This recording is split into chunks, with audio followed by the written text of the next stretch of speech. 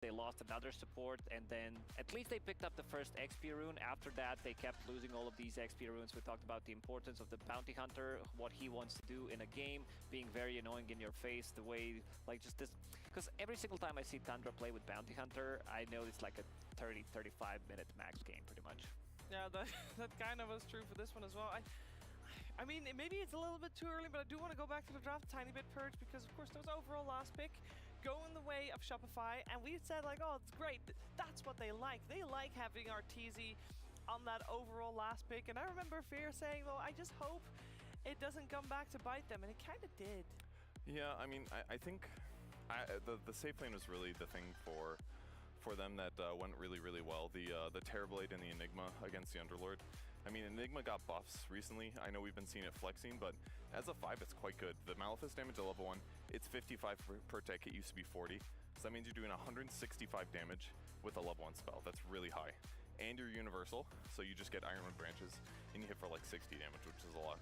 And then the Terrorblade just like got 2 points in reflection, and skilled at level 1 and level 3. So they were just using it to like make an aura from the Underlord and trade really effectively. So they just zoned him really effectively. He got Vanguard at like 8 minutes without boots. And then he just got the ultra free farm. He was like so confident in controlling the safe lane. Yeah, and then we chose for STC play for this game. We chose basically a fight, Fear, that was the nail in the coffin. Yeah, pretty much. And this particular fight here, like, we're gonna see at some point 9, he gets like one of the best rolls that you'll see in any Pango game whatsoever. He channels up the roll here, then you'll see the bowling pins here, boink boink. Get another one, he comes back, hits 3 heroes with this one, and they're already super far ahead, but when he's already having a performance like this, and you're allowing Pango to get such a good like ultimate off, along with that, they're falling on TV with the Metamorphosis, so this is kind of like the pipes online. Everything's ready to go from Tundra here. They try their best, Abed tries to get the Mortimer's Kisses off, but unfortunately, this is what I didn't like in the draft room. They don't have a setup for these Mortimer Kisses. I really think the mistake for this in Rebellion was they didn't take the Faceless Void, they took the Underlord instead. Their 4-man ball was really weak. There was a Primal Beast available too. This hero completely shuts down Pango's role in the game. They didn't go for any of these options, and what do you know? Pango just went beyond godlike, had the freest game of his life. You cannot allow Pango to have a free game like Yeah, this. I think they locked in way too much onto this Terrorblade, going for Underlord. You know, he's an aura buyer, having this Atrophy aura of his own. You did mention Primal Beast, I did mention Mars. I think both of these options would work out much better. Just to have hero that plays with the Snapfire, because that's definitely not Rubik, it's not Enchantress. Underlord doesn't provide you with much, you know, 1 point in the Pit of Malice early on, and that's about it. Yeah, a lot falling short here for Shopify, and you know, we come to the conclusions on where they should have gone different, but I also know it's a little bit of a different story when you're in the seat yourself, Purge. During this time, do you feel like it will be Shopify that will come to the same conclusions that we did, or where do you think they will think the mistake was? Yeah, ultimately I think it was I really do think it was the offlane thing, because everything else is equal. I mean, I was watching the start of the game, and it was like Shopify was just ahead by 2k, and it was all accounted for in the Underlord versus the TB. Underlord was 1,000 behind, TB was ahead by 1,000. So they needed that lane to go better, simply put, and it didn't work out. The Enigma 5 actually was a big part of that. But so was the Terrorblade Reflection. You know, you reflect the Underlord, you get the aura. Any trade is going to be better in that moment. It seems maybe that indeed when the Underlords start getting picked, that was the pivotal moment in Shopify's draft. We're going to see, of course, what they come back with in game number 2. While this game was going on, though, there were a lot of different games going on. Let's take a look at how they are doing, because this is, of course, the time slot where we also mentioned our play of the day with BB Team and Team Liquid, where BB Team still is undefeated there in that first game. We'll see what happens with game number 2. However, we no longer have a team with 0 losses, Fear. Yeah. Team Secret got a win. I mean, Team Secret won a game. However, TSM has drawed every game. So maybe TSM's, we call it a curse, I guess, of drawing might continue here. But at least Secret gets the win. Well, that's good. I'm sure the spirits are very high with those players, and I'm wondering what the spirits are like with the players that are in their lounge right now with Jenkins. Ladies and gentlemen, in this business, in this line of work, welcome back, by the way. But I'm learning you have to be very creative with how you get your interviews. So I've been looking around the venue, and I found some secret passages, such as this one. Storm, let's do an interview right now. What the fuck? Okay, I'm ready. has been your favorite game of the tournament so far, Stormstormer? Holy shit. I don't know. Probably one of our games. I think our first game against Liquid, actually. That was a really good one. We stomped them. Hype Blitz. Remember when you guys played the 2-hour game at TI? Why is this so hectic? Holy shit. Yeah, I remember. It was most hype game in my career. Was that TI? Yeah. Because I feel like you guys have done a lot of very long games. Yeah, it's kind of an entity nature, yeah. But the entity one again, the one on TI against RNG was the best one. And what's your favorite thing about Riyadh so far? What are you enjoying about being here? I don't know. The food is amazing, honestly, and it's just a completely different, like, I don't know, landscape and everything. Like, I think nothing compares to Middle East with all the, I guess, sand and stuff. So it's just nice to be. I just love seeing different places. Yeah, it looks different, doesn't it? So you're watching the games today. What's the most hyped match of the day for you today? Probably right now, Liquid against Bedboom. I'm good friends with a lot of Liquid people, and Bedboom is looking insanely good, but I still believe in Liquid as well. I think that series is really hype. So I'm interrupting your most hyped match of the day is what you're saying? Indeed you are. Okay, that makes sense. Can you give me your best recipe for a dish that I can make for dinner? Okay, pasta with salmon and some nice cream sauce and everything, and like good spices and all that shit. That's what I'm into. Do you do a roux first? A what? You make a roux. It's where you put flour and then butter, and then you heat it up, and then you spin it, and then that way it makes the sauce thicker? Sometimes. I mean, it depends on kind of like if you want it thicker or not, what you're feeling at the moment, but it's pretty nice, yeah. Yeah. Do you want to come to the secret passage with me? Yeah, I mean, it looked a bit spicy and I'm still a bit shocked, but we could try. Okay. Come on in. Holy shit. What the fuck? And I think someone should get in touch with Stormstormer to find out if he's okay. We'll hear more from Jenkins, that's for sure, but I'm a little bit worried about Stormstormer over there. It is good to see him still in good spirits, of course, after getting eliminated, unfortunately, earlier on in the play-ins. These teams that we're watching right now, though, did not get eliminated. Better yet, they didn't even play yet for eliminations. This is the first time, or the first group stage that they're in here at Riyadh Masters. Tundra and Shopify, and these are the most important discussions that are being had right here, because this is where Bulba is trying really hard to get the team to reset. Fear, you've been probably in one of these talks at one point or another. What's he saying? Yeah, I mean, definitely been in some, but like when he was coaching me, he wasn't at like the head of the team, right? Like he didn't have like all the voice, but he's probably just doing his best to point out what went wrong in the game, what we need to fix. It might look a little like harsh right now that he's just like saying things, but he's just trying to get the team back in the right spirits. Yeah, we saw them smiling, so something is working over there. Let's find out if it works inside the game as well. The draft of game number 2 after a break.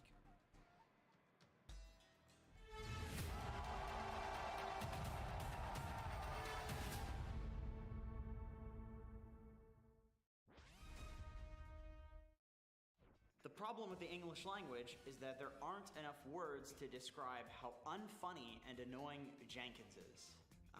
Pretty funny, but kind of a little offensive. I think there are better analysts than Effie. Yeah, I agree. I'm a big Cinderin fan personally. We are so lucky that Face Beyond has such great English, so we can hear the insight of such an incredible player. Well, thank you, but I'm still learning, but thank you. It's so impressive that Effie can do what she does on panel, while also taking care of her sister Jenkins too. Yeah. The only redeeming quality about Jenkins is that sometimes he knows when to stop talking when he's on a panel with people smarter than him. Thankfully, that's all the time. Everybody else is this bad? Come on. The problem with Face Beyond as a talent is that we don't get to see him play. I appreciate it, but I'm enjoying my life right now. Sorry about that. Remember the time that Jenkins was on a team that performed well? No, me neither. He's always been absolute dog shit. Okay? Effie's starting his talent has single-handedly saved the Dota scene. My goodness. You're way too nice. Thank you. There are better players than Face Beyond. He's only won 1 TI. Sorry about that. My daughter and I started watching Dota together, and you being on the panel helped inspire her to start playing herself. That makes me so happy to read. I wish her the best of luck in her games, and hopefully she'll be 7K or more soon. These aren't really mean at all. Are everyone's these nice? Every panel that Jenkins appears on makes me sick. Oh, this one actually has a link to a twit logger. The thought of him causes me to literally vomit. I'm on my 5th keyboard this month. I will be suing this man if you can call him that. This has 40 more pages. I'm not reading this. I'm not reading this shit.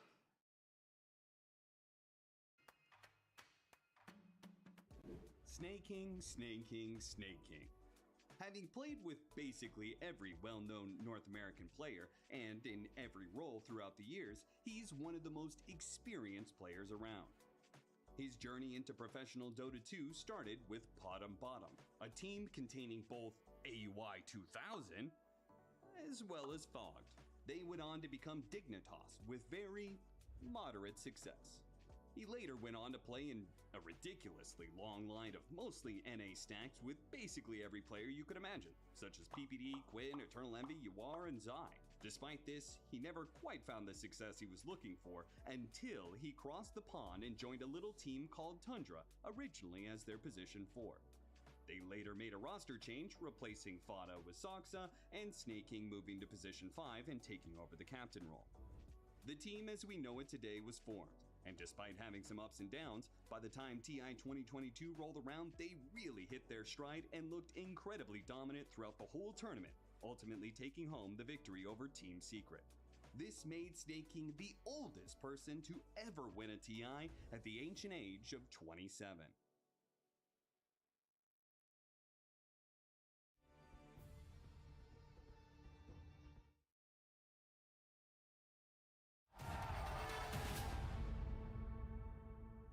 Subtract 8.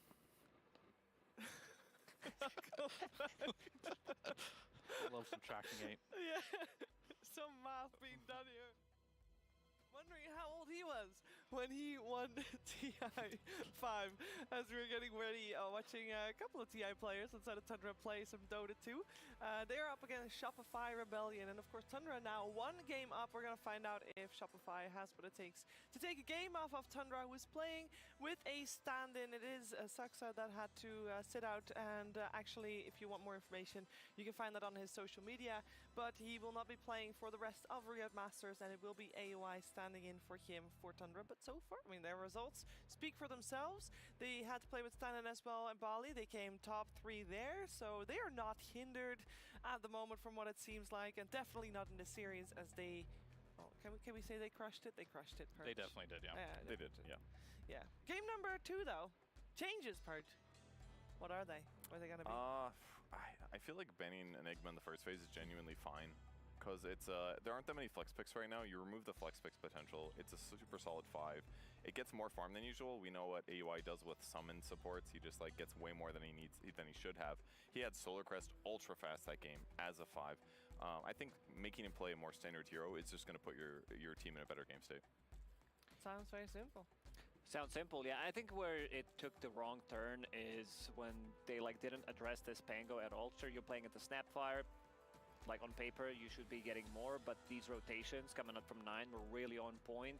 I think, like, when we talk about Tundra, they're like, yeah, they like the farm. Sometimes it's going to take a lot of time for them to end the game, but Tundra, we're trying to step up. I think in the last, like, 2 major tournaments, they looked very impressive when it comes down to closing out some of these games early on.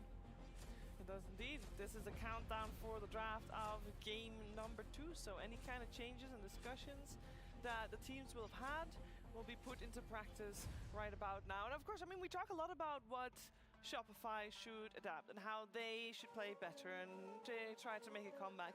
The other side, though, Tundra is going to have discussions as well. They're going to try to predict what Shopify is trying to do and basically be 1 step ahead every step of the way.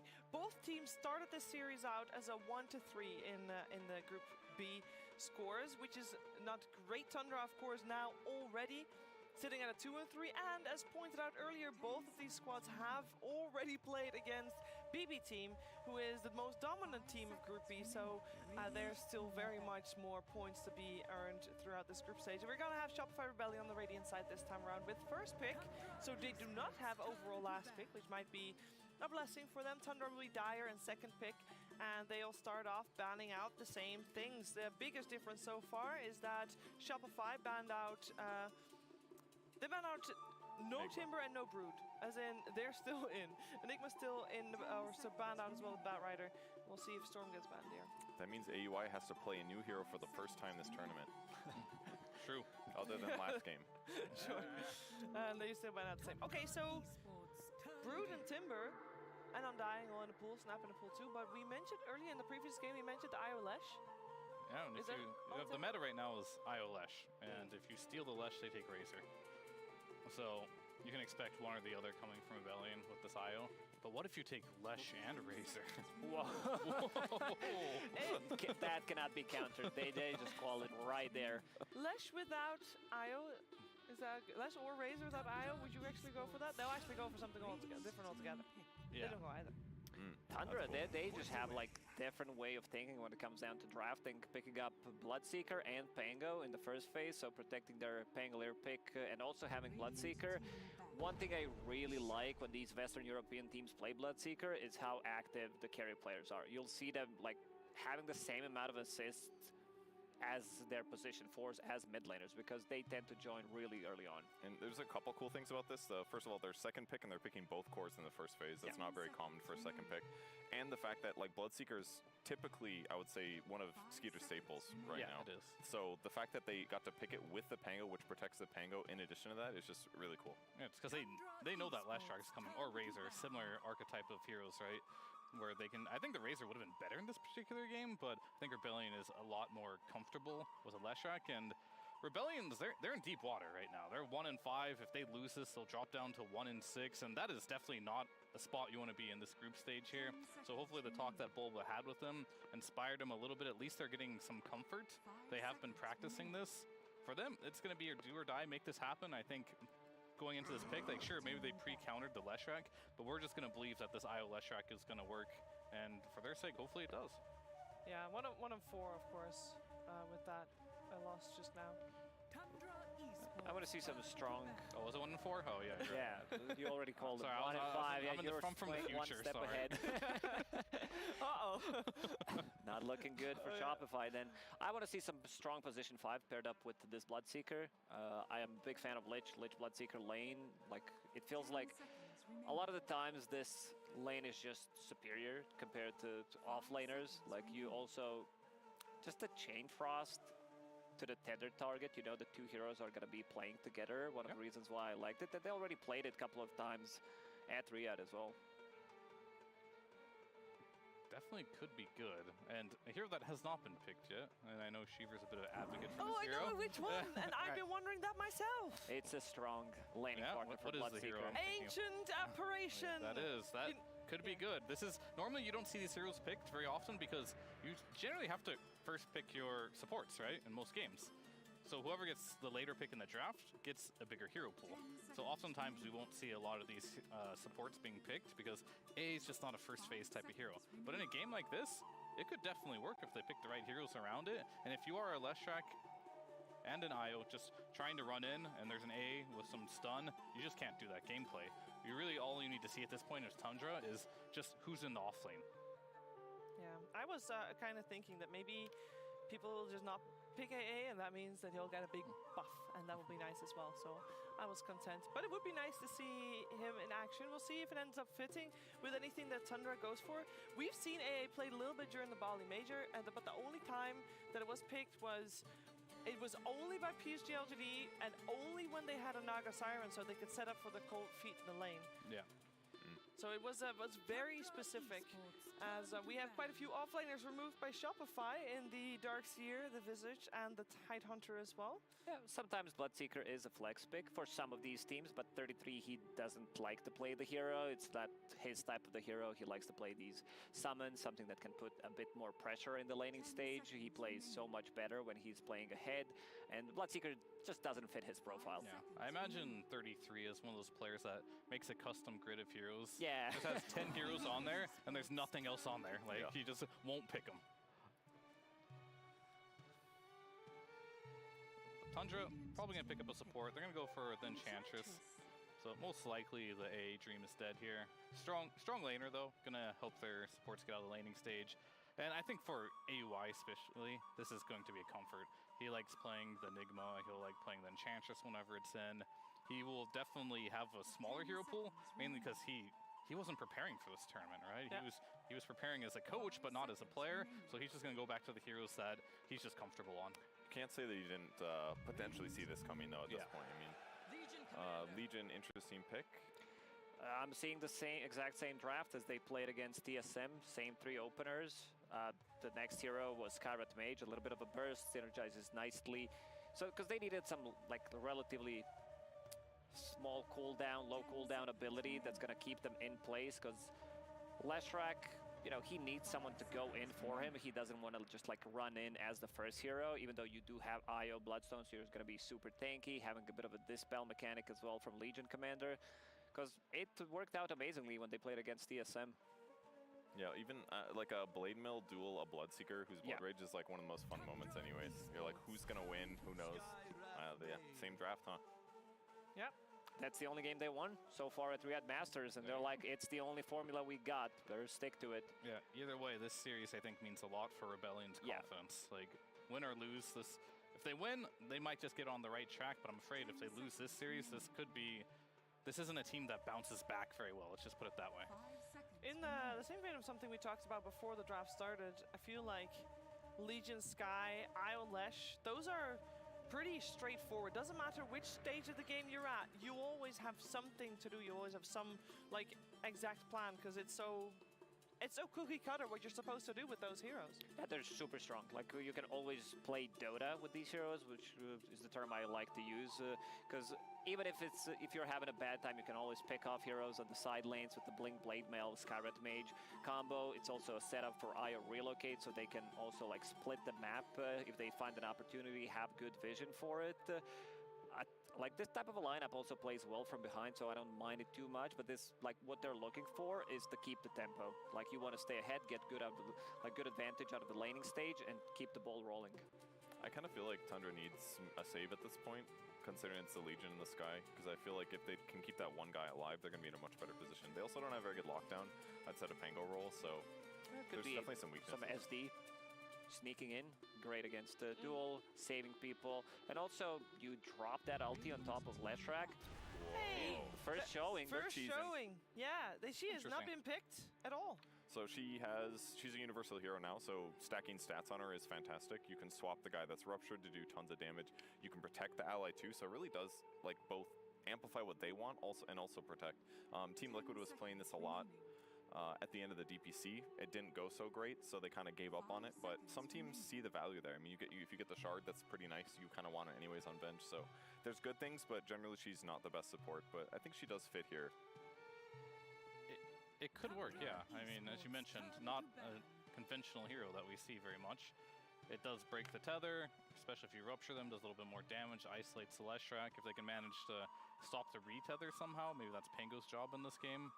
That could make it so they could kill the Leshrac quite easily. That's gonna be the goal here, I think, for Tundra. Laning stage-wise, I'm very curious on how they're going to do this. I mean, Swashbuckle, Wave of Terror is pretty good as well. It's a lot of extra bonus damage they can add. They're synergies.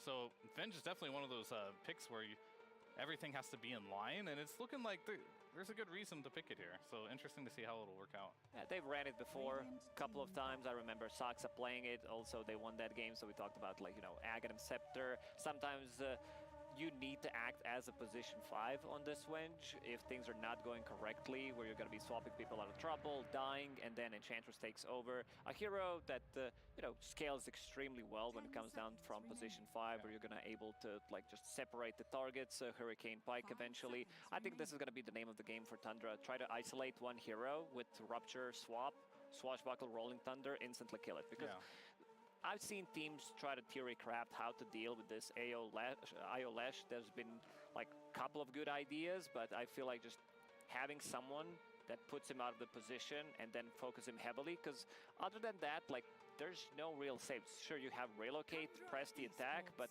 it's not going to save you against Rupture and also breaking the tether. So I feel like what Tundra has going on right now feels really good. Do we think, because I think AUI might play this Venge too as a 5, because we know Snaking can play Enchantress. He's their normal 5 player. And when I think of Bloodseeker, sure, Enchantress is great, but Venge works too, because you can get the stun so the Bloodrite can hit. that's totally fine there. And then Snaking can play a bit more aggressive in the off lane here and really help propel 33, whatever he wants to end up last picking here, win his lane even harder, potentially even destroy the lane, because Ench plus some last pick off laner could be quite strong. I guess it's gonna mostly depend on what their comfort is with it, right? Yeah. We'll see what ends up happening with that. A lot of cores removed in the final stages of the draft. We got Terrorblade Shadow Fiend removed on the side of Tundra, as we are most likely looking for a hero for Arteezy. And then a Lycan and Miko removed on the side of Shopify, as we are still looking for a hero for 33, which I feel obligatory to say that. Oh, never mind. I was blind. Brute is already banned out. A lot of his heroes are banned. A lot of his heroes are banned. I mean, there's still hero that they played against TSM that is available. That's Naga Siren. If they need a little bit more reset, if they go with this like swap into Rupture combo, could be an extra one. In terms of dealing with the illusions, you have Enchant, you have Bloodseeker who builds into Mjolnir, Pango, of course, with his Swashbuckle, Aghanim Scepter later on. But I've seen Naga Sirens also not being too afraid to be played into Pango's matchup. But they go with something more, I would say, early game oriented, some extra tower damage, a Deso builder that's going to open up to Roche.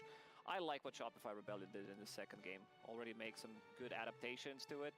And this type of lineup doesn't rely on any cooldowns whatsoever to play the game, which I really like. Yeah, they have to go, but the only downside is they don't have a lot of team fight either. And if they don't do on the lanes, you get 33 here. He gets to pick whatever he wants from the game now to counter this TA. Yeah, I mean, it's a lot of physical burst from Shopify is the upside, but yeah, their kill potential is a little bit finicky. It's like, can you kill the guy that you duel at the start of the fight? Or is it like less stun Sky combo kind of thing? So I think TA is going to have to do a lot of work, but there are squishy targets on the Tundra side. You can kill Venge pretty easy, typically. You can dodge his stun, so it's not terrible. Doom is still available, Timber, now they're going to go Underlord.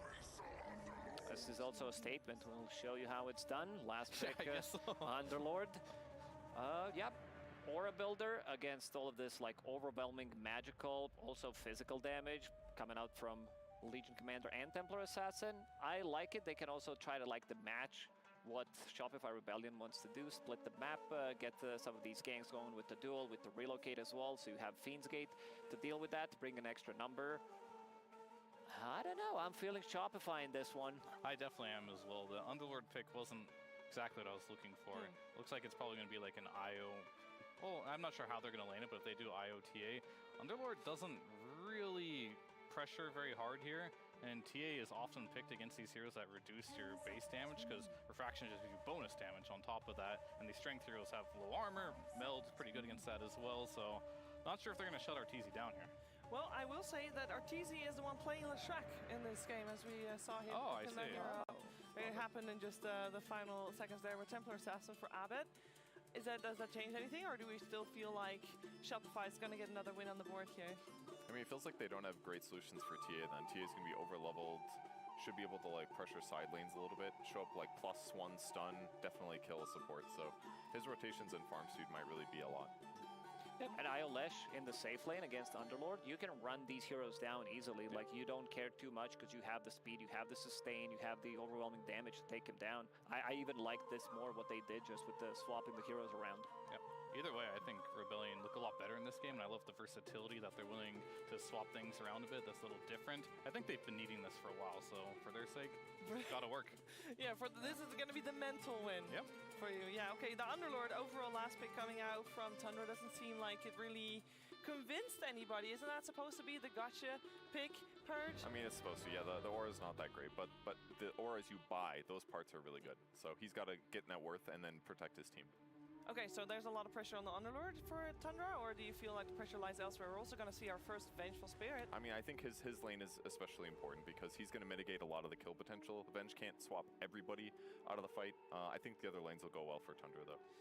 All right, well, let's find out how things are going to play itself out, how the first Vengeful Spirit of Riyadh Masters is going to fare. We're heading over to Cap and SVG.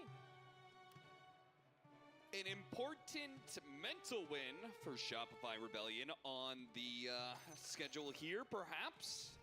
But also, just a win in general is what they really need. A 1-4 score so far in this group stage. Shopify Rebellion have not impressed, but our panel is very hopeful off of both their draft and their role positions here, as they're going to be doing a Leshrac for Arteezy and actually giving Abed the Templar Assassin. Maybe not quite what I imagined, but breaking the mold a little bit is perhaps a sign of growth for Shopify.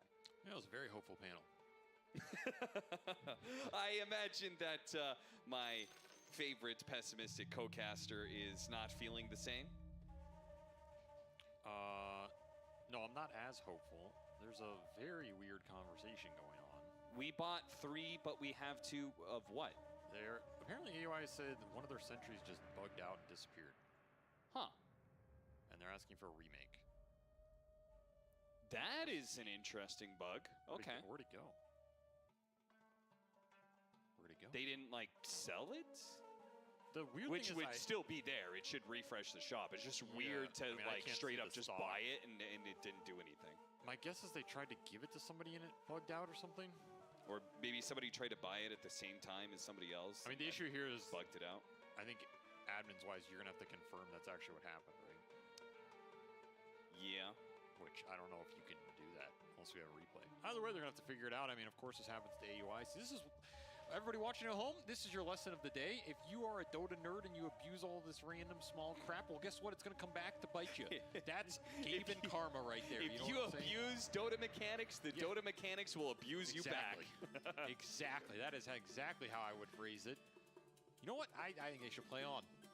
I think you should play on. This is what you get. This is what you deserve. Let this be a lesson to you. While the admins are kinder than you, fortunately, for Tundra, and they're going to get their chance to be able to get 3 sentries. So that is going to be nice. So which does mean we're going to have a little bit of delay here, but we'll hope you stick with us. Of course, there are all of these other matches going on in this fantastic group stage.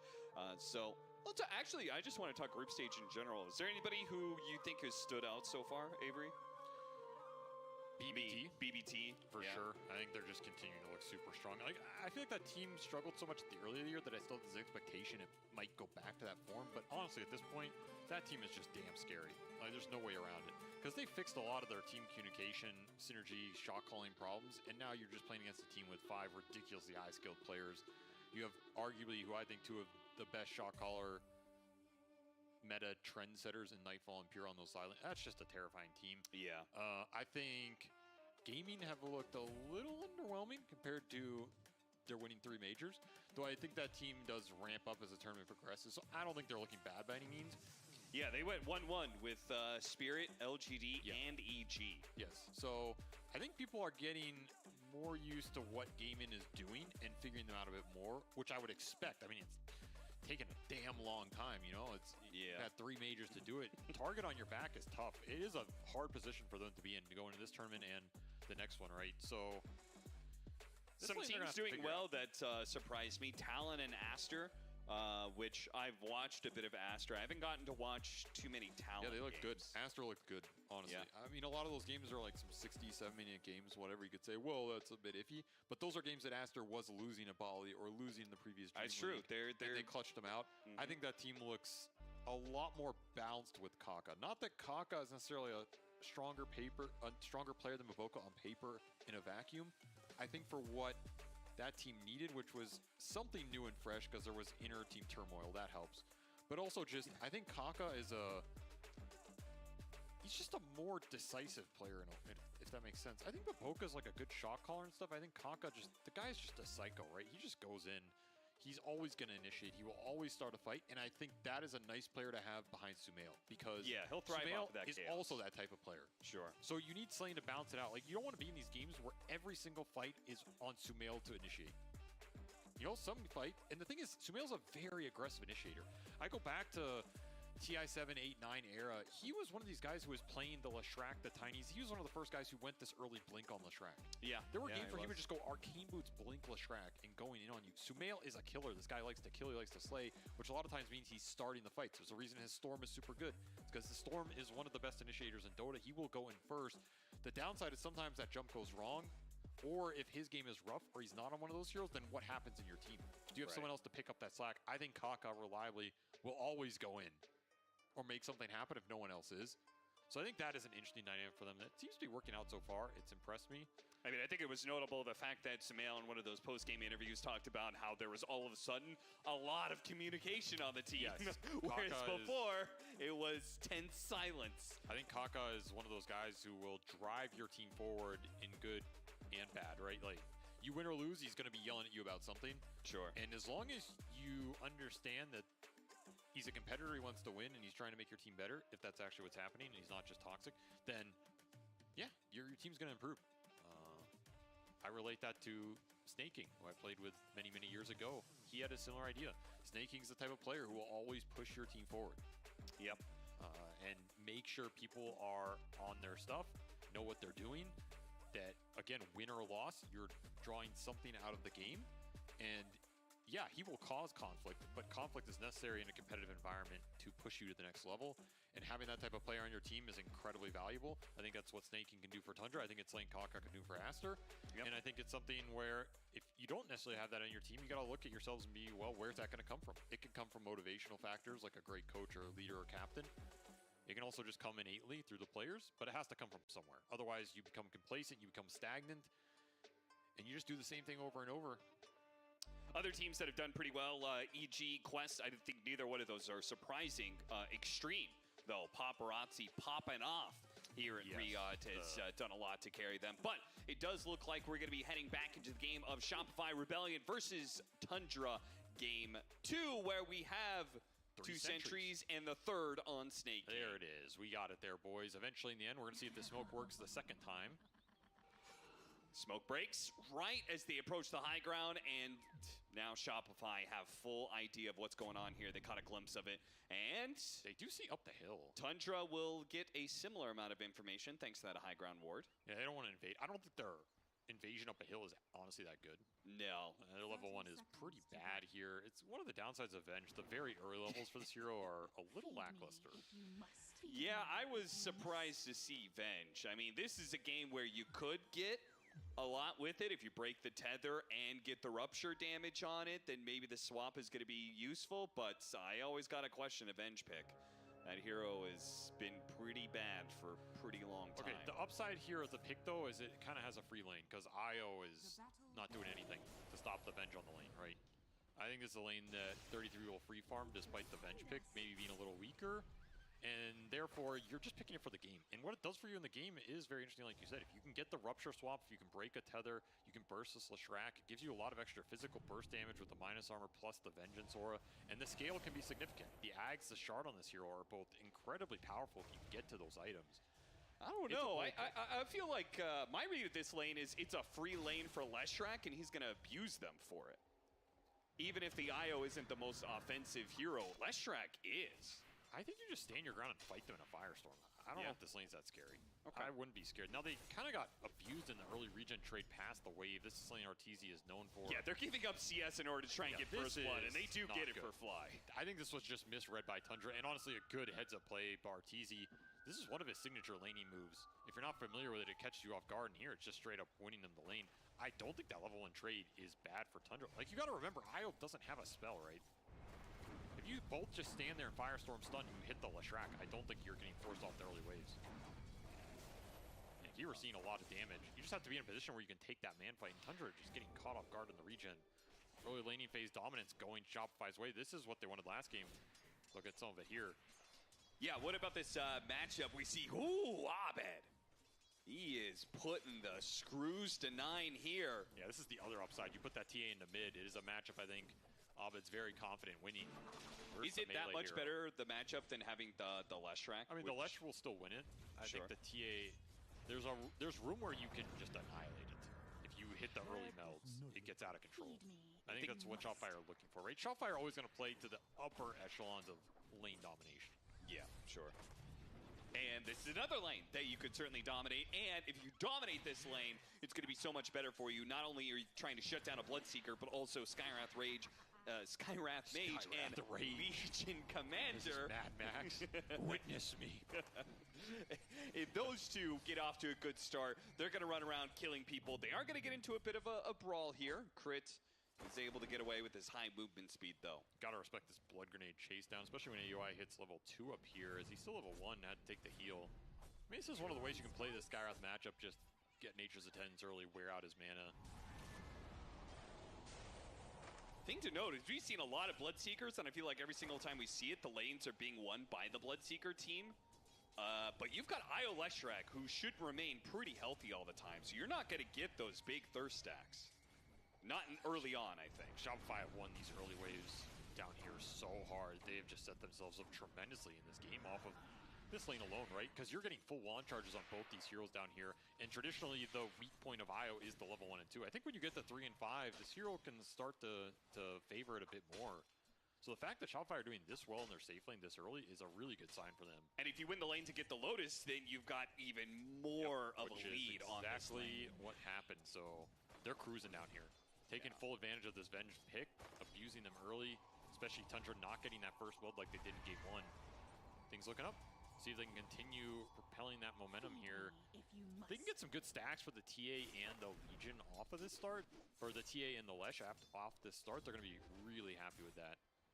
Because I do think the mid-game fights can be hard. Like, you go in with this Legion dual Skyrath ult and you swap that guy. What happens after that, right? You kind of need a net worth advantage on Shopify so you can just push through that and just take the fight to the Tundra cores, wear through the Underlord who, you know, he's still having a fairly good start here, all things considered. Yeah. And he's going to be tanky. He's going to be a tanky boy this game. If he gets to pipe Crimson, that is not an easy target for Shopify to just go into and bring down, unless your TA is strong enough to jump in. Good read. Nine, knowing that Abed was going to cut him off of the other water rune. He TP's back and goes for the top water rune instead, getting some much-needed refills on his bottle after claiming the bounty rune as well. To help out on a lane that is being crushed. He's 14-0 on the Pango. Going for it, turn around, okay. They have definitely made way too much of their aggression here. Maybe that early abuse they put in got them a little bit headstrong here in fighting Tundra. 33 fights back, gets some pretty good trade-off, but maybe this is still gonna be okay here. Land a split earth. 33 with snaking around, might be able to get this kill. Fight back underneath the Firestorm. They don't want to keep chasing after him. Fly, gonna try and get that last hit, can't quite get it. Turn the magic missile back over onto our TZ. Put some damage out, the lightning does not bounce to 33. A dangerous fight if you give up that Lesh kill, especially with double Null 1 invested for Artor here. But they will send 33 to base, continue their free farming spree. Lotus definitely paid off in that exchange. Oh yeah, seriously. All these little things adding up, and it's given Shopify a pretty decent laning phase here. You're just basically trying to survive mid with 9 at this point. You are behind almost a full level. TA is taking advantage of that, and Crit has done a very nice job combating the early Enchantress here. AUI is still not level 3. That just feels bad, because you're missing all of this creep window to try and potentially abuse Saberlight here with your Bloodseeker, who all that trading has powered Skeeter up, right? He's getting a lot of move speed off that, which is pretty damn nice for them, as our room has gone completely dark. Yeah, apologies everyone. We're gonna give the commentary a little bit of a rest here.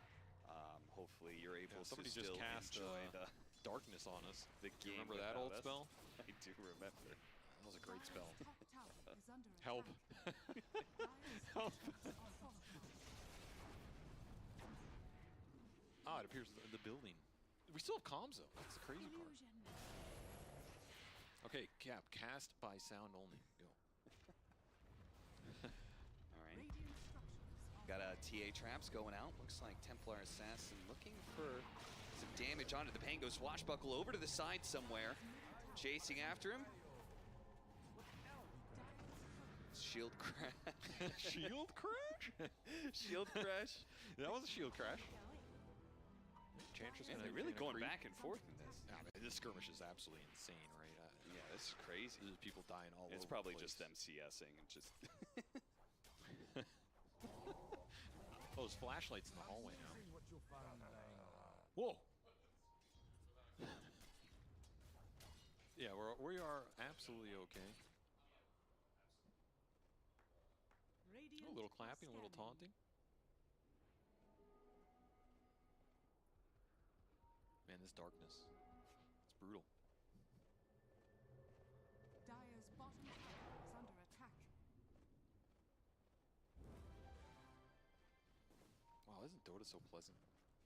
These nice little ASMR sound effects here as we enjoy quiet ramp up of this game. Nice Venge stun into the Rupture. They're going to try and turn this. Do we have Swap up yet? I don't think he's level 6. Going to try and stand his ground with the Legion. But the Legion will go down as the Flayed Twins claim Saberlight on that top lane. This is what I assume is happening, though I cannot know. It's just like Jedi mind trick. Radiant's courier has been killed. Feel the game, feel it flow Radiant's through top you. tower is under attack. Ours.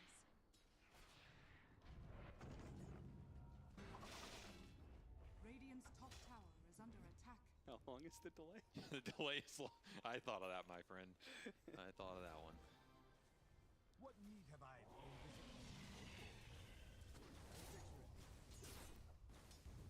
What do you think about that Bloodseeker Pango opener? Do you enjoy it there?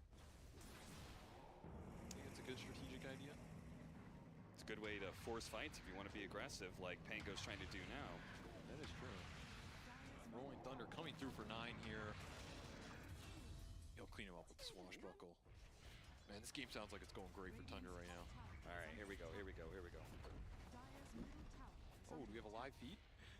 Got a live feed from JJ. All right. Oh, this is... Dire's middle tower. Are we back? has fallen.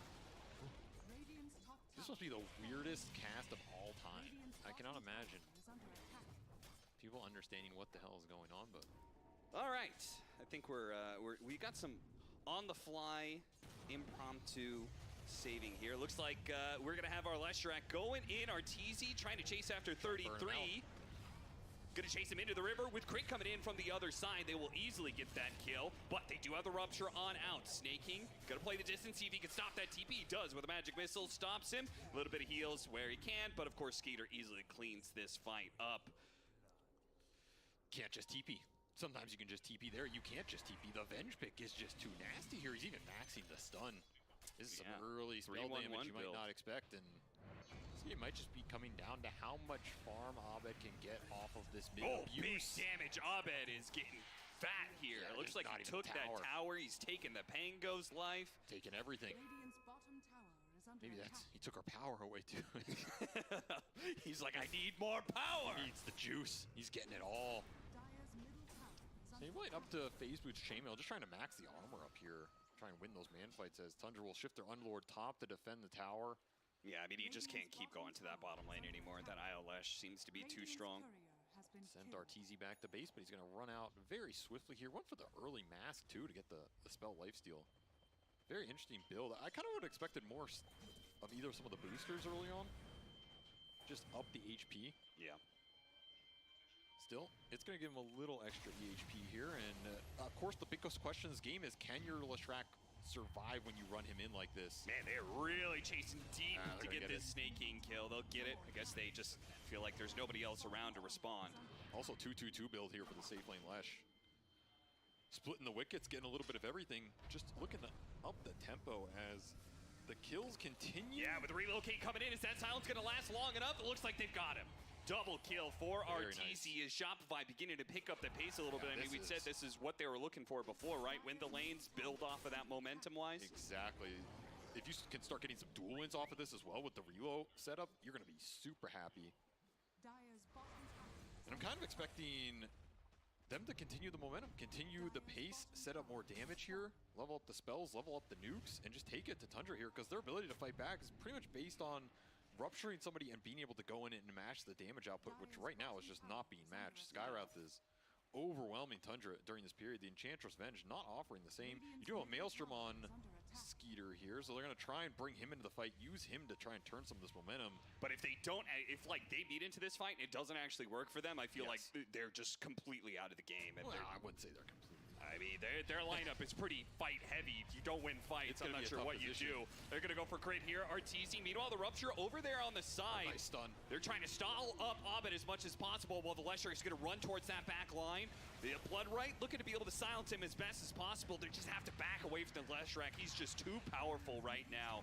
Playing the distance, Rolling Thunder, going to leave on out. 9 creates the space for the rest of the team to be able to back away. I mean, this is the issue. The sustain, you just sit there. Okay, you rupture us. So what? what are you going to do about it? Yeah. We're just going to sit here, and you don't have too much damage to throw in if you can't get some crazy swap combo off. Even if you can, it might not be enough for Skeeter to get in there and take that man-up fight.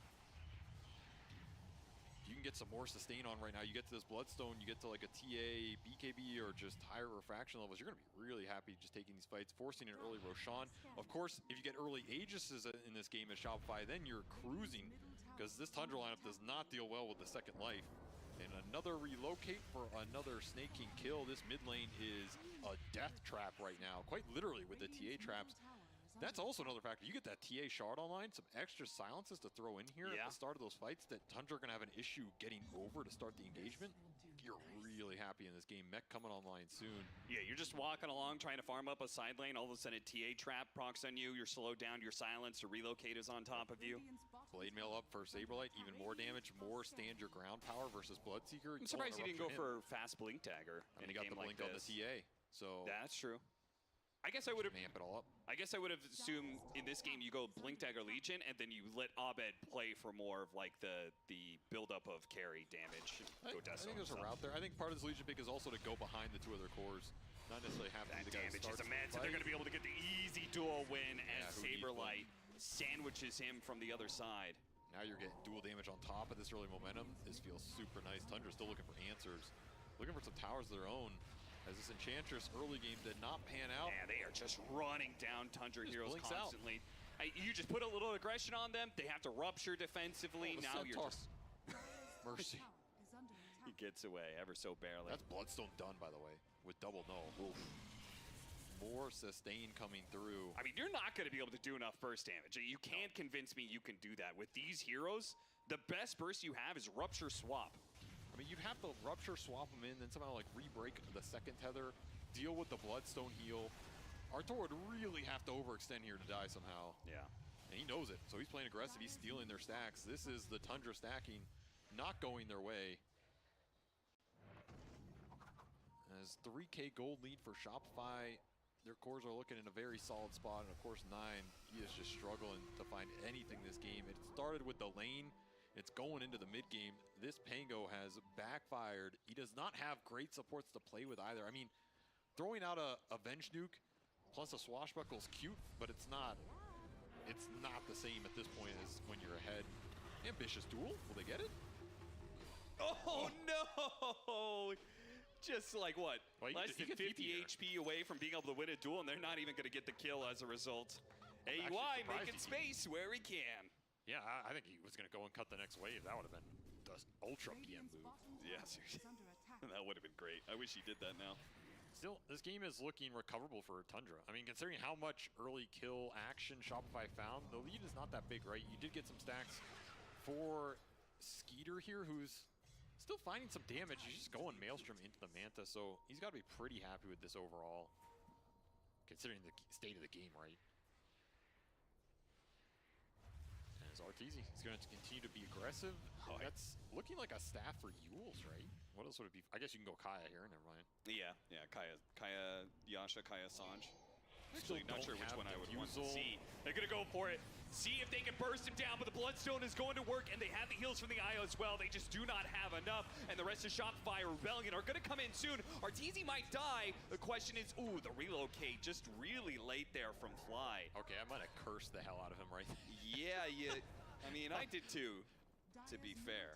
That's a little too aggressive, you know? 5 heroes from Tundra are waiting for him to walk up the hill, and the reload can't come out in time because there's a rolling thunder going through everything. I also thought the rest of Shopify would, like, show up to that where fight. was the fight? Lasted a long time. I don't know if that's even a fight you necessarily lose if everybody's there, right?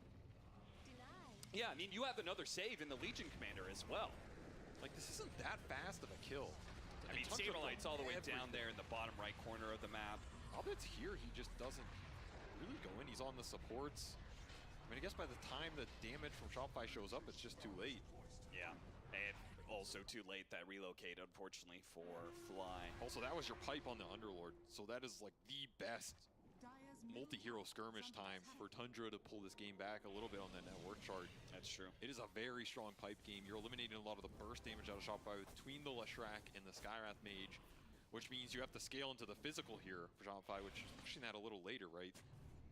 And every time you make one of these moves that doesn't work, it's not that the game state becomes terrible for you, it's just that's time you could have been getting farther ahead. That's kind of what this IO Lesh does. You're farming everything as well as finding kills, it just explodes. Yeah. You're giving some breathing room to Tundra, especially this 9 Pangolier who is struggling immensely in this game, will now get to finish his defusal, be able to contribute more. Yeah, and he should constantly struggle. If you get that shard in the TA, you have this duel that's going to be always a problem. Skywrath Mage Silence is a bit of a mess for you. I like this early Roche. This is just super free, super fast. No reason not to do it. Put the Aegis on the Lesh and let him go to him. Or you can put it on Abed. Desso's actually finished. So he can actually just go in too with this extra damage. That's what it looks like it's going to be. I like this. This is going to help you pick up that aggression. We talked about how much Aegis does for you in this game versus a Tundra lineup that pretty much has to play around the rupture damage to a large degree. Sure. I mean, damn, I'm impressed by Skeeter this game, though. This is not an easy game to be finding the openings as a carry player when you were most of the damage and you have to draw your other 2 cores back into this, right? Yeah, and keep your net worth up this entire time. Yep, he has done a tremendous job. 3-0 and 3, hasn't even died once. This is a very good game as an example of how to keep your team in the game as a carry player when you're forced to join those early battles, early fights. And some of them didn't even go your way, like that river battle. Yeah. They didn't get anything out of that. That's wasted time for Skeeter, and he's still pretty damn far. Man, they're pulling down that net worth lead even more. Yeah, they are. I mean, this is Tundra, right? They are the masters of stall. So if you're Shopify right now, you cannot take your foot off the gas pedal. You need to keep finding kills. You need to get to this Saberlight Blink. And that's going to be your big ticket to ramp up the aggression, ramp up the pick-off potential, especially with the reload threat behind you. Any sort of stun or latch you find in this map, even if it's just a trap, even if it's just a rundown, should convert into a kill. Duel is not going to be one. They'll obviously get the kill, but Saberlight still not able to get that extra bit of duel damage. It's only 1-1 the entire game. Yeah, you'll still take that for sure. Yeah. Every reload off cooldown that lands in a kill, that's what's going to get you ahead in this game. I mean, especially given the fact that AUI specifically would create so much more space if you let him live, right? Like, you know he's going to push down a couple waves with his maxed out enchant like he does. And yeah, that's the thing. AUI has found some decent gold in this game. Yeah, he has. Really has, so. Most farmed of all the supports here. He's going to be able to maybe produce a decent aura item. You have Drum on Snay. Snay is happy to play a sacrificial 4 here. That's kind of what the Venge slots into when this early game doesn't go your way. Yeah. So you have Pipe, you have Drum, you have a tanky Enchantress. You have Swap to bail out a core that gets dueled and double damage on 9. Pretty decent time to try and strike back here if you're Tundra. Even with the Aegis on Shopify, you have some teamfight win potential right now if Shopify try and force the issue, which they are, and can't blame them. You got to keep building momentum in this game, especially with the blink on Saberlight. This is go time. You just got to line it up, and you got to think about this swap. You cannot try and all in a core if Snaking's in position and get put in a rough spot in terms of drag deeper into the fight. I mean, that being said, Duel is a way in some ways to counter swap, just because you do the swap, but then you're still going to meet back together again, right? So it's just, it's going to drag the fight very deep, and then you might be stuck in a pit, you might be stuck in a firestorm. So close. Whew. Tundra dodge. They're going to go through the gate, try and catch on the other side of the map. I like this play. But they're going to run into AUI. He was guarding that area, trying to make sure that 33 gets the heads up. Look at the build, by the way, on the Inch. This is the small things Tundra do. It's 0 impetus points. It's just pure enchant and heal. So he's as tanky in the fight as possible and as good at stalling out the game with the strong level creep. It's always annoying. IO relocate. We saw this early on in the patch when people figured out, whoa, this Wisdom Ritter is really important. We saw these IOs just using relocate every 7 minutes. Steal away Wisdom Runes. Will get dodged in return, man. There's a lot of mirroring going on in this game. Yeah, there is. I don't think Shopify are building the lead that they necessarily wanted from a perfect game out of that lane phase. But it's in a realm of, like, it's going pretty well, you know? Yeah, it's not a bad game to scale up if you're Shopify, no, but considering the lead and momentum you had early, you would have preferred to be 5, 6, 7, 8K ahead right now. As long as Legion is finding good net worth, I think you're happy scaling this game. Yeah, he's doing all right in that regard. Yeah, he's doing good enough. This is one of those heroes that scales amazingly well. Like, we look at a lot of those BB games where Pure plays Legion, right? Yeah. Those games, it does not ever feel like they're getting outscaled because Legion is just finding dual damage. Of course, a big factor of that was him getting a lot of dual damage. Yes, that is a key factor, and we're only sitting on 10 here for Saberlight. And this is kind of a ball lineup for Tundra, so I don't know how much you can expect to find the random pickoffs on the map. I'm also a little surprised that these waves are getting shoved into Shopify as much as they are right now, right? Like, you look at these, I guess it's just the edge creeps and, yeah, some random wave pushing from the Firestorm. Still, it's letting Tundra get a lot and remain in a closed position. So when you make this type of smoke, Tundra are just waiting for you. When you jump in, they're all going to be here. Well, that's a Bloodseeker illusion. Okay, they're going to go for the Underlord. They did not get distracted by the illusion that just showed up in time. The swap was unfortunately a bit too far away. They just didn't expect him to go for 33 like that. They didn't expect the big burst. I think Tundra were backing up the smoke there. Yeah, that might have been it. Like looking at that mini-map, and 33 was maybe trying to get the lanes in so that smoke could work in conjunction. Shopify just a little too fast. I mean, they're fortunate the swap isn't there and everybody from Tundra isn't directly behind 33, because I think that is the type of fight that can go wrong very fast. They take full advantage of it, straight into a tier 2, straight into a Tormentor. Now you're getting some good momentum out of this game. Yeah. This is a really nice swing. One simple smoke, you break the game open like that. And Shard for crit. Not the one they would have wanted here with the Iolesh. We'll take it. Oh yeah, that's true. You want that spell life steal. Well, you can go do your own Tormentor and just double it up, right? That's true. Double your chances. Flip the coin once again.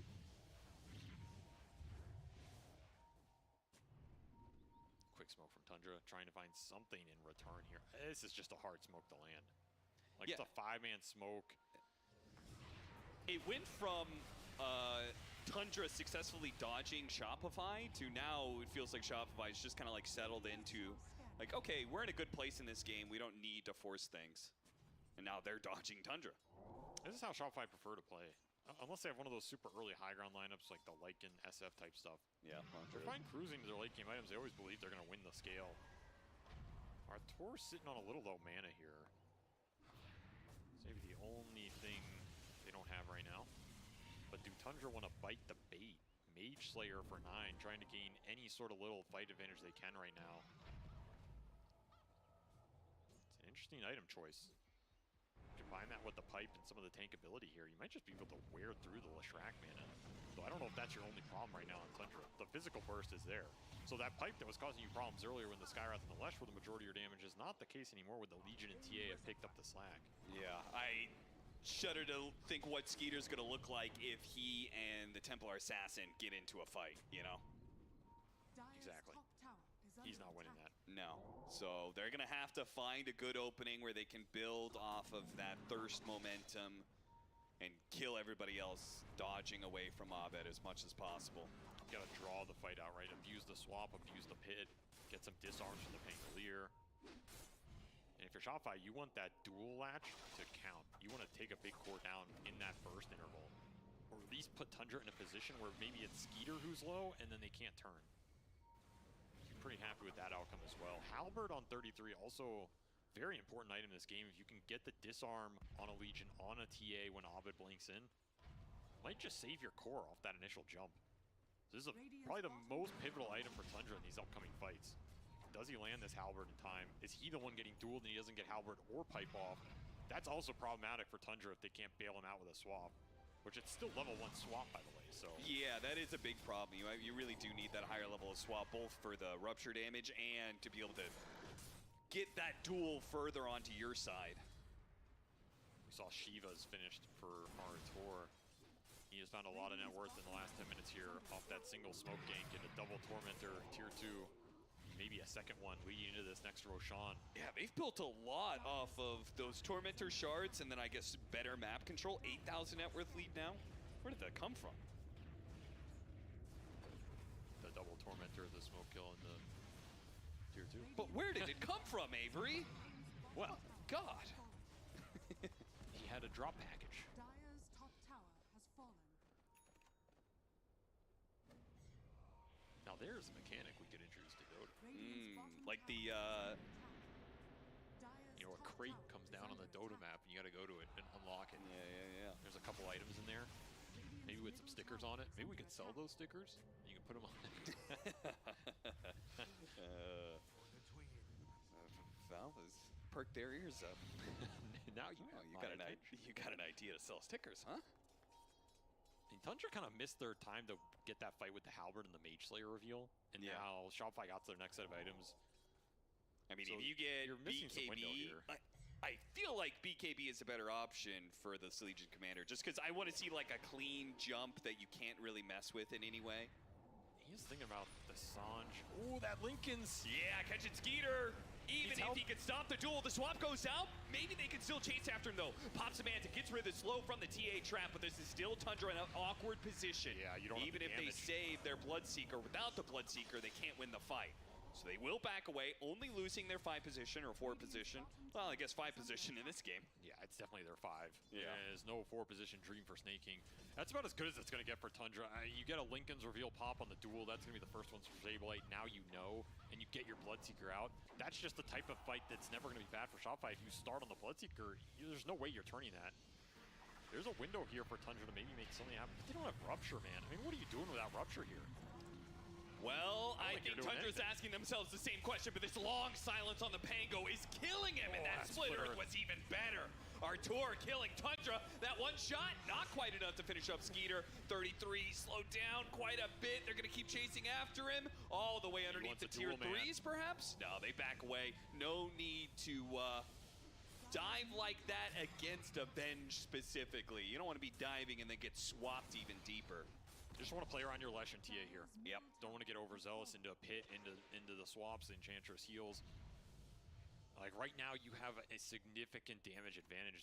It's just nothing coming out of this Tundra lineup right now. They need to go ultra late here. They need to stall this game. They need some AUI creeps to work their magic. I just think the next Roshan, if you're Shopify, you push high ground with that for sure. You do not let this game get dragged out. You secure your advantage. Put an Aegis either on the Lesh or the TA, and then you have one of those two go high ground with the IO and the Legion saves behind him. You do have some outspam if you're Tundra. I mean, you can swap in deep. You have level 2 swap by now. You have Firestorm, you have Pango pokes with the disarms. It's an annoying high ground. Doable, though. Doable. Throwable, also. Throwable.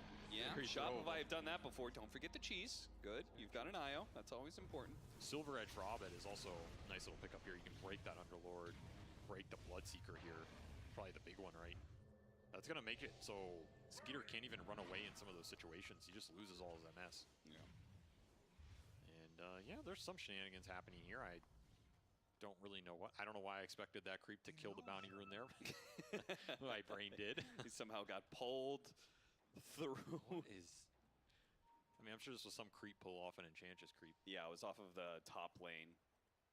And they're just making their way to what their objective is, which of course is that tier 3 tower. On this day, creeps, we salute thee. It was a bold move. I think you're back to the drawing board with that strategy. All right, boys, we're going to skip past the lane, go straight to the tier 3. What if we just go to the base? He's looking for AUI. I mean, he knows the tricks, right? Now, if you studied the replays of Tundra at Bala, you would know this is the exact spot that AUI hit in that game. Yes, it was. In upper bracket. First game ending. So, back to the replay board, I guess, as AUI survives. Artur, I would say he's being threatened here, but honestly, I don't Relocate know if he is going to be able to reset this fight. It does mean they could chase after some of these other heroes. Unfortunately, Crit don't really have the vision on him. And they're going to come back soon, so they can't overextend themselves. That IO Lesh, you got to get away from that relocate point. I don't even know if you had to reload in there. Yeah, I know. There was no real threat. But, you know, better to be safe than sorry. They get the duel onto AUI, and another duel win for Saberlight, who did go for the Heaven's Halberd, I think, because of that Lincoln's issue earlier. Yes. And it'll be BKB for Arkeezy. So that's going to allow him to man up, kind of independent of maybe necessarily needing the tether here. Yeah, because maybe it's better sometimes to give this over to Abed just to help him get on top of these heroes better. Well, you're going to have a pretty fast BKB on Saberlight as well. And at that point, you don't care about the pits. You don't care about the Pangolier as much. Not going high ground with this Aegis, as that high ground defense is still there for Tundra. There is a brown dot. Is Skeeter thinking about Aghanim Scepter, by the way? What? I mean, I just feel like at some point in time you need that longevity, and I think Blood Mist might be one of your keys to late game victory. You definitely need it. You just need too many things right now. Yeah. You need armor or evasion. You need Scotty maybe. You need Abyssal. You need the Blood Mist. You need a game 3. Well, unfortunately for Tundra, no matter what happens in this situation, is that more skeletons? That is more skeletons. So that's nice. More enchant creeps, more skeletons. This is disgusting, man. And he's got a flag bearer creep with him. I mean, this is the best creep you can get for this too. Yep. It's buffing everybody up. And away they go, hitting a tier 2 tower. He's got to time out before the next summon, though. Oh, no. No, he's not. No, he's not. Close. He can do it. Keep it alive. Keep it alive. Ooh, how good's the micro? Can we get one more round of summons? Yeah, get one more round of skeletons to rally to push into that tier 2 tower. Value. Whew. Oh, and he's getting the last hit, he's just sending too. it. No, I think he's just trying to get as many last hits as possible. Oh, one skeleton. Can he get this last one? Oh, it dies. These are like the jankiest model in Dota. Yeah. That's what makes him charming. I kind of agree, yeah. I like him. He didn't get the tower, though. I think he could have got the tower if he just pushed away. A little sloppy, honestly. I think AUI has to go and watch some AUI replays. He needs to go back and watch some TI5 replays of himself. Yeah, I think, 2023 AUI needs to go and watch 2018 AUI and figure some things out here. It's a little lacking. 2018? Whatever year he was doing I don't think those exist. I don't think there are any replays of AUI in 2018. It's every year. He has always done this. He will always do it. He will never stop. You must make him stop. I love the fact that there is, you could still have so much personality in a player in a game like Dota because it is such an open field. Oh, is that what you would call it? I mean, it's an annoying personality, but it's a personality. I think some would call it toxicity. That's still a personality trait. Just ask Reddit when it comes to Quinn. Yeah, that's true. And this is your Aegis gone. You did not manage to go high ground with it, though you did continue to build a pretty decent-sized lead here, especially the net worth on the IO, man. Fly found a lot during this time period. It lost this tier 2. I mean, it was an inevitability, right? What are you going to do? They're mad. They're like, all right, we got to stop this guy looking. Are they not going to find him again? I mean, how does this happen? Why don't you, split up, send somebody up here, somebody up the triangle? Oh, God, a wisdom Just rune. stop. Oh, my God. Nobody even thought about the wisdom rune. Oh, he TP'd out. I wonder what made him decide now's the time to TP out. He must have made some call, right? They're going to make a move or smoke. Aegis is out. Yeah. There is still a cheese on the IO. That's the upside of these IO lineups. Even when your Aegis is gone, you basically have another one. Oh, did you see that? That is so cool. Abed is setting traps up for himself to Psyblade when he doesn't want to get too close to the wave. He denies his TA trap to get the side. That is so cool. I don't think I've seen that before. Me neither. I mean, I'm sure somebody's probably done it, but that is pretty damn cool. First time I've seen it. What a player. Gotta take all those little tips and tricks. So at this point in time, Shopify, they're holding the map. Unless they manage to catch Tundra in some really big fight close to the base, we're unlikely to see them go for the high ground. They're just going to try and control the map, probably wait for our next Roshan, which gives Tundra an opportunity here. They're on a somewhat even fighting ground. Sure, they're 16,000 net worth bound, and they have a cheese on an IO, but they don't have to fight into Aegis. So if it's a really, really favorable engagement, Tundra are willing to take it.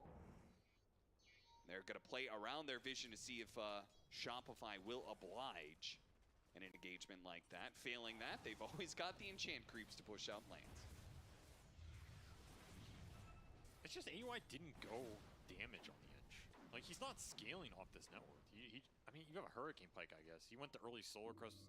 I guess it's not too bad. He kind of got that. Like, he'll get to damage eventually. He's going to suck up all these Lotuses, too. Wait. Did he lock the Lotuses in order to make it so he can grab all of them that way? That's interesting. And then he unlocked it to make a Degrader. That's cool. Because normally you'd have to drop it and stuff like that, right? I'm not going to lie. There's too many nerdy things in this game. Because it basically would have turned into 3 and then would have become 1, and then he wouldn't have been able to grab more. So some of this stuff is, you know, I start to wonder if you should be thinking about it. like it's distracting from the bigger picture like of Dota. If I'm Tundra's coach right now, which I guess is AUI, and I'm watching AUI play, I'm like, is this what I want my players putting their headspace into, you know? Like the fact that they're doing this stuff, I mean, I guess there's not much else to think about right now. There really isn't much to think about for Tundra besides just weird little things, anything you can. I mean, there's that TA thing again. I almost feel like he's just doing it for fun. Yeah, I mean, he's missing a lot of CS because of his trepidation of not actually going into the creep wave, which is respecting, I guess, Tundra and their possibility that they could be making a move. They are not, I'll tell you right now. They are spread out on the sides of the map trying to find farm. And they're not finding as much farm in Shopify here as Arteezy has plowed ahead. He's finished a full damn Hex on top of that Timeless Relic, so spell damage getting mega amped here between him and the IO and the neutral item. The scary part is you could do a lot of damage very quickly, and if you take down the primary tower defender, that becomes that much easier. A side to be able to catch Snaking. A force forward, a Hurricane Pipe pushes Snaking a little bit in danger here, but 9, oh, look at those impetuses raining in and doing absolutely nothing, but because the heal is just too much from this IO. Skeeter's here, but he can't really fight this Leshrac. It's looking real bad for him. The damage is just very lackluster. AY's getting there bit by bit. Swap back in. Does manage to get 9 into the fountain, which Arteezy and the rest of Shopify are getting very close to, despite the fact they haven't even finished up this tier 3 tower yet. And now, there is no creep wave. You have no rupture. You have no swap. You have impetuses. That's about it. Well, high ground just got instantly broken there. You get a Snaking buyback. Underlord is the best target you can bring down first because you remove all that sustained utility immediately out of the fight. Just open up the floodgates. You get another dual win as well. He tried to pull the creep wave with the courier. He did try and pull the creep. I saw that. Don't think I didn't see it there. I mean, damage numbers are comparable, but it's just all going into heal. Shopify is sustaining everything. There isn't any anti-healing mechanism right now for Tundra, and there's no BKB on Skeeter, so he can't just sit there and hit Arteezy. You're not winning that trade. This was a Shiva's Underlord, by the way. I mean, this is about as tanky as 33 is going to get for a while. Woo! Here's some cinematics for you. They bring down the big slug.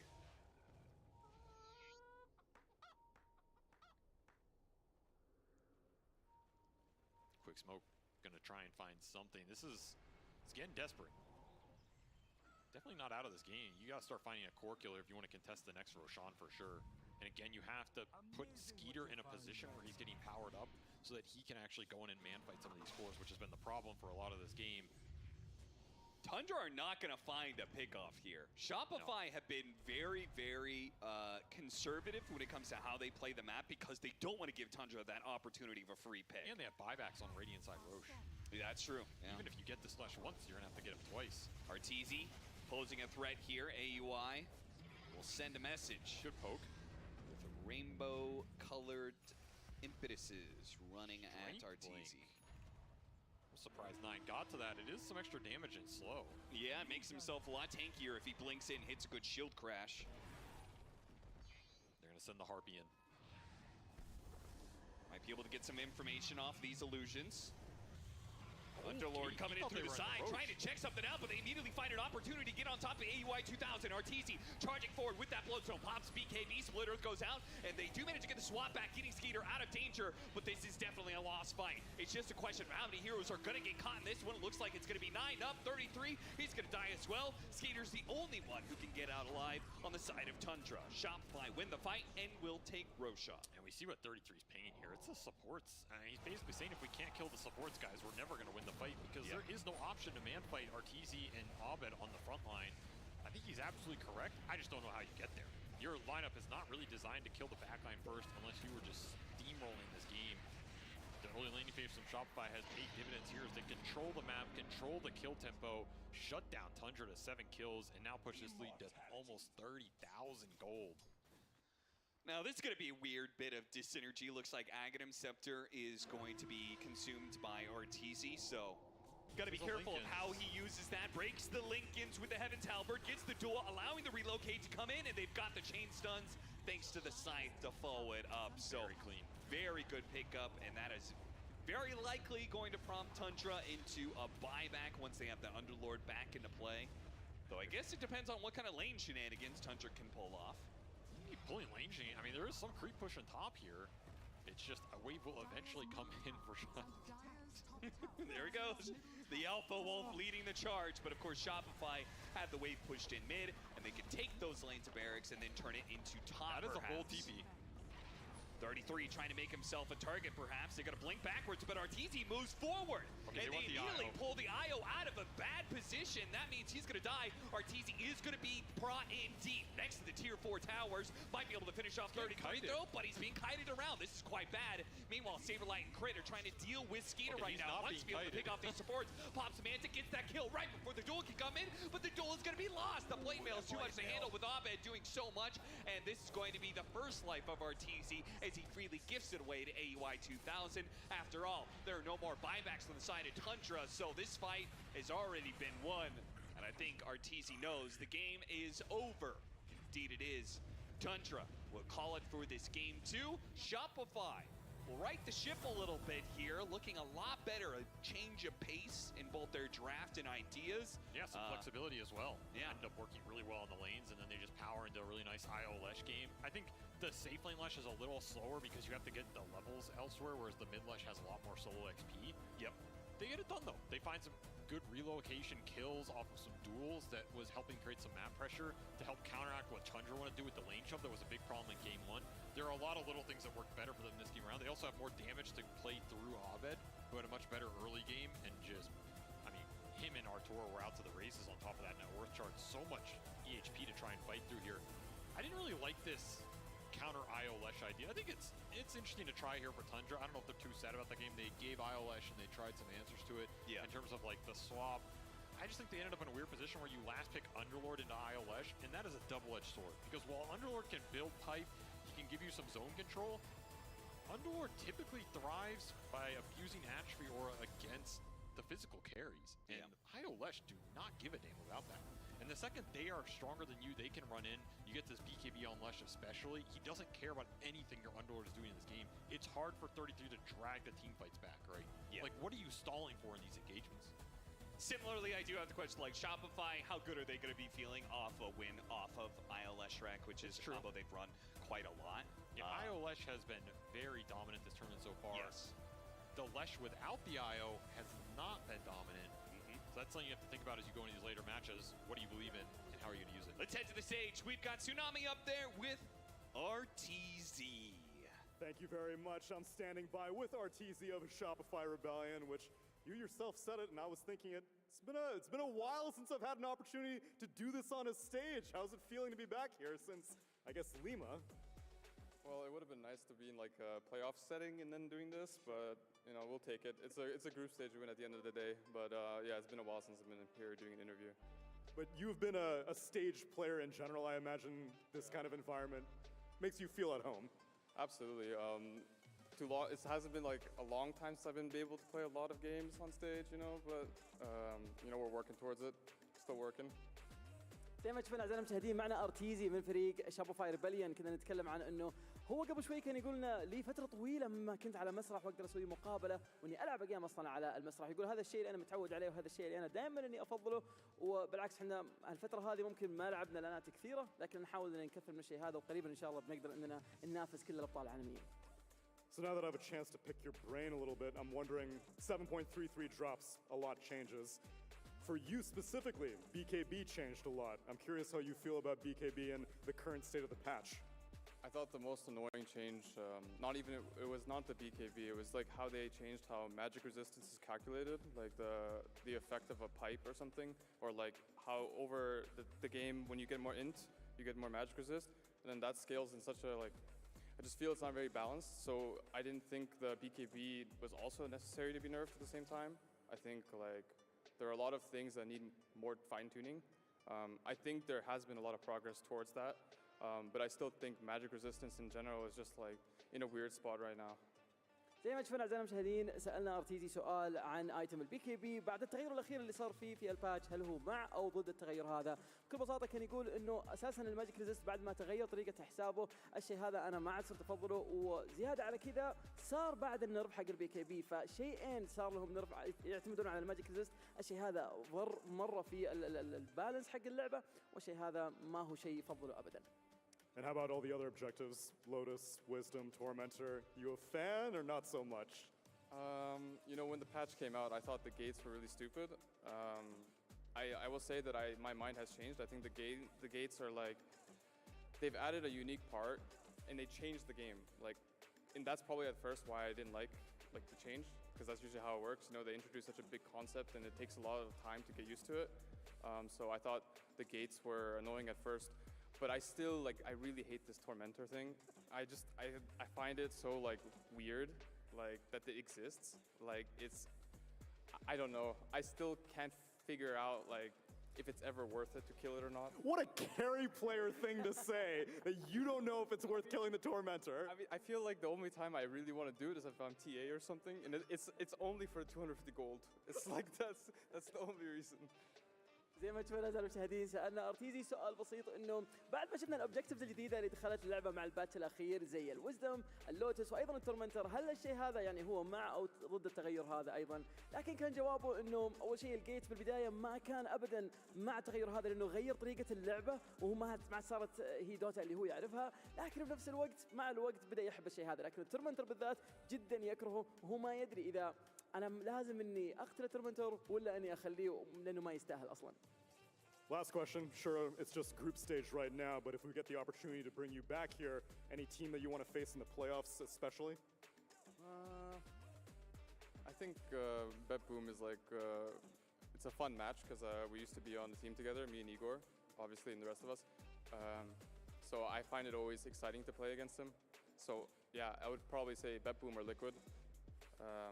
I'll dodge Quinn until the end, hopefully, you know what I'm saying? So.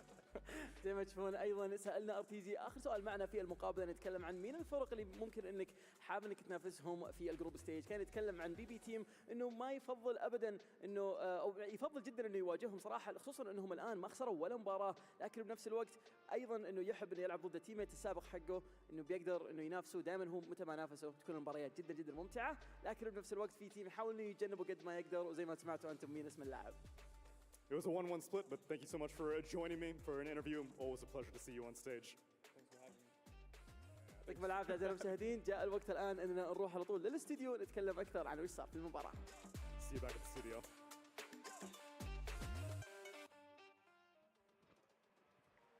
Thank you very much to Tsunami, Arteezy, and of course Fancy on the stage. And they will have to play a little bit longer if they want to make it to the playoffs against BB Team. And because yesterday they already had their shot against BB Team. They did not take it, but this one looked a lot better for Shopify Rebellion as they were able to tie the series against Tundra and end in a 1-1. Much needed points for both squads that were sitting at the bottom of the Group B score thus far. We'll break this game down though here on the panel. I'm joined by Purge, Lacoste and Fear. And Purge, this game, it was a lot stronger for Shopify. This was definitely the mental win that they needed. It was, yeah. Two of their lanes went really good, the mid lane and the safe lane. They swapped those in the draft with their last pick TA, and it really gave them a big advantage. So I think they did a nicer job in the draft this game for sure. A nicer job in the draft. Fear, you said earlier, mental win important. And this was not just a mental win, though. I feel like they also had their gameplay was on point. They felt so comfortable in the game. Yeah, I really love the swap that they made. And Arteezy, he was active. He was godlike. He was beyond godlike at one point on the Celestial. And this is something we haven't seen a lot of from him throughout these LAN tournaments. And it's mainly just from their play style. It stems down to he's normally the one farming. He's not enjoying the fights too often, but when he's put onto the Celestial, he's forced to go and fight all the time and make the stuff happen. Yeah, every single time, we're getting closer to TI, these big tournaments coming up as well. IO's gonna pop up. Like IO Lash, these combination, so far this seems to be the pick of the tournament. Trying to figure out how to beat it. And IO, he gets some of these buffs that you don't think about them, because there's a flag bearer creep, tower HP regeneration, especially if you're playing the safe lane, lotuses that you pick up. So all these things are indirect buffs to IO, which make him super strong again. Yep, super strong on the IO, especially with the Lesh combination. Maybe we'll see some AA sometime. There wasn't the game for it though, as we pointed it out during the draft. Tundra unfortunately falling short here and not getting the win there in the second game, but that was mostly credit due to Shopify. In particular, Purge. Was it mostly due to a certain Templar Assassin? That's what I think. I have some clips for you guys I'd love to show you. Yes, Templar please. Assassin was the last pick of the draft, and he ended up going in the mid lane. And the reason that it works so good, remember Pango was one of the first picked heroes, you just hit him with the Meld Strike. He's a melee hero. That means that every attempt that he tries to trade or even go for last hits, you get Meld Striked and you get hit a bunch of times. Lowers your armor by 4, I believe, at level 1, which means that 9 pretty much only feels comfortable moving up if he can go use his spells to get a last hit. But that's like not enough. That means you're going to get behind in last hits. He comes back forward again when the first Meld Strike debuff has gone away, but this leads to just so much damage against him here. In fact, he gets a third Meld Strike shortly after this, which ends up getting him pretty low, and then we'll move a little bit forward. There's yet another one as he comes for another creep, trying to get a little bit more. This is where he almost died. He burned his Fairy Fire right here. That was the start of the game. That was 1 minute and 13 seconds or something like that. Going for a last hit, gets Meld Strike, has a bad time. We'll jump to a further point. Here he is 5 minutes into the game. His last hits are 18 versus TA's 36 and 13. He's got 0 denies, by the way, so kind of in struggle territory here. And then Skywrath also comes, just really rubbing it in here. So he dies.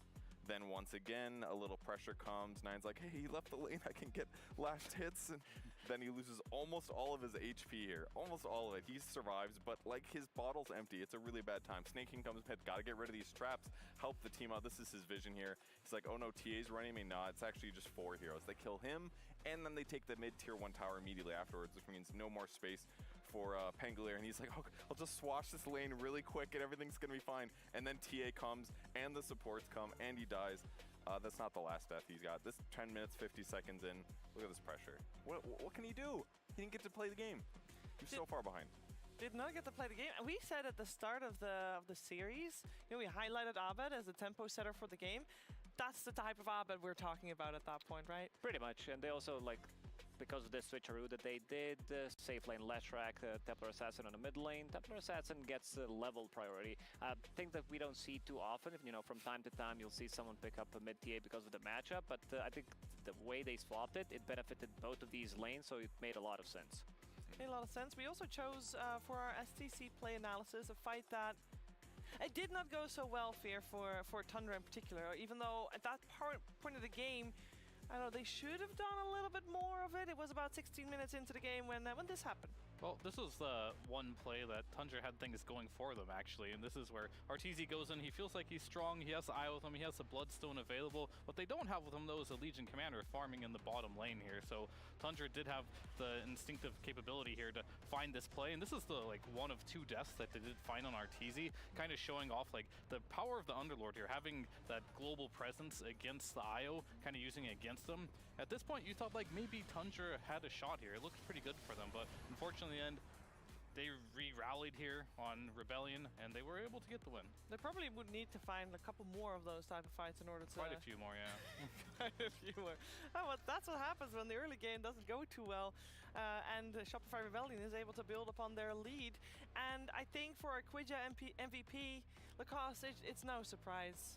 Yeah, definitely Abed. I mean, he popped off, got those solo levels because he was playing from the mid lane, was super aggressive, going for these pickoffs, going for these solo kills, very dominant in the laning stage. And we talked about him. If Abed's having a good game, most of the time you'll see Shopify Rebellion, just on his wings, also getting that dub. But this is also a very important win for them because, and also just think about comfort heroes that they played. These are 4 out of 5 same heroes that they managed to get the win against DSM, so they kind of fall back to what they know the best. It seems like this is the winning formula for them, where they don't rely on any cooldowns, they can run at the enemies, and so far it's working out. Seems like that's going to be the story for Shopify. Yeah, this is the second win they have. Purge, are we a little worried that both wins are very similar in terms of draft, and therefore very maybe fairly easily countered? I mean, they're going to be able to get the IO Lesh pairing in some other game. That's not unexpected. No one's going to take Lesh to steal the combo.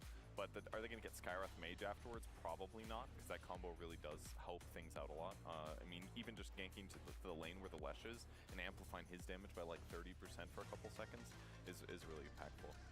Lacoste, you made a comment about comfort, and on the other side, Tundra didn't really have as much comfort this game. They played a different offlaner. Yeah. They played Venge 4, and the other cool thing about that lane swap, it wasn't like a Venge versus a melee hero. It was Venge versus Io and another ranged hero. So he didn't even get to like play his game either. It's definitely Tundra on the back foot this game. Tundra on the back foot, and unfortunately for them, I mean, how much of this was just a draft, and how much of this was maybe fear getting accustomed to playing with AY again instead of Saxa? I think a lot of it does come down to that Underlord pick. We've seen 2 Underlord picks pretty late in the draft now, neither of them having much success. I feel like this hero used to be the king of 7.33, has received a lot of nerfs, and he's been played a lot. People understand how it works. It's just not working as well. Didn't have as much impact as we were hoping as well. So a lot of it to me was the draft. You know, you're playing versus Lesh, you're opening up with 2 cores trying to counter it. It just didn't work out. It was a good attempt, but you know, back to the drawing board. Yeah, well, it was the overall last pick, Underlord, not working out for Tundra. But it happens. There's a lot more games coming their way. Tundra is going to face Aster later today. Shopify Rebellion is going to face Team Liquid later today. And speaking of, we could take a look at maybe the scores of every series happening at the moment, because, well, there's 4 games going on at the same time. We love all the Dota here, and I do feel like we need to give a little bit of an update of what's been happening, because Group B has still got one team that is undefeated. There was a 2-0 BB team taking down Team Liquid. Aster and Talon ended up tying, and Team Secret getting their first 2 wins purged on the board with a 2-0. Yeah, good for them. Definitely much needed. They're 33 in a 25-minute game, so it's like they primal beasted both times, so it's much needed wins there. A little surprised that Liquid didn't manage to get one game, but it's just further solidifying how good BB team is. Yeah. And also, we watched Team Secret yesterday play against both Aster and Talon, so I think, you know, we had some expectations of Team Secret, but we said that they're going to get some dubs today, and they're doing so much better, because a lot of those games were relatively close. You know, they managed to drag some of these games to like 50, even 60 minutes in the games that looked very over. So yeah, Team Secret stepping it up this time. Yeah, I will say that Team Secret later on today, of course, everybody has 2 matches per day. Team Secret today at TSM on one side, and later today they fight BB team, which might be a little bit of you know, a shock for them to face them, and we'll see how that goes. If all their lessons can be put into play, perhaps they're the key to figuring out BB team. We'll know, of course, by the end of the day. While all these games are going on, a lot of players hopefully have time to relax in the wonderful player lounge, where our on-site reporter has been trying to catch glimpses of all these illustrious players. Hello, ladies and gentlemen. Welcome back to the Player Lounge. I'm going to update you on what's going on the C, D, and B stream. So the B stream is still going. That's not the B stream. I don't know why I pointed over there. The B stream is still going. It's over there. That's Team Aster versus Team Talon. And it looks like Aster is actually losing that one. So Talon has made a bit of a comeback, which is very nice. I'll try to be quiet because the coaches are there watching intently. There's Sunby right there. And then over here on this side, it's kind of boring because there are 2 streams that we're just waiting for the third series to come up, because there were 2 2-0s. Team Secret 2-0'd TSM. And on the flip side, BB Team 2-0'd Team Liquid. And Pure played Enchantress Game 1 and absolutely demoralized Team Liquid. It is not a very fun hero to lose against. So hopefully we get some 1-1s in the next set of games, some closer games than those ones. But this Talon one, it's looking pretty good. Check that out if you haven't. Back to you, Shiver. Thank you very much. Jenkins, we can take a look at all the groups and all the games that have happened so far in terms of the standings, because today we have, of course, 2 rows of games per group, meaning we already had a set of games for Group A and a set of games for Group B, and now as well. So fleshing out these standings a little bit more, Lacoste, what is the thing that you notice the most? I think Extreme Gaming being on top of the group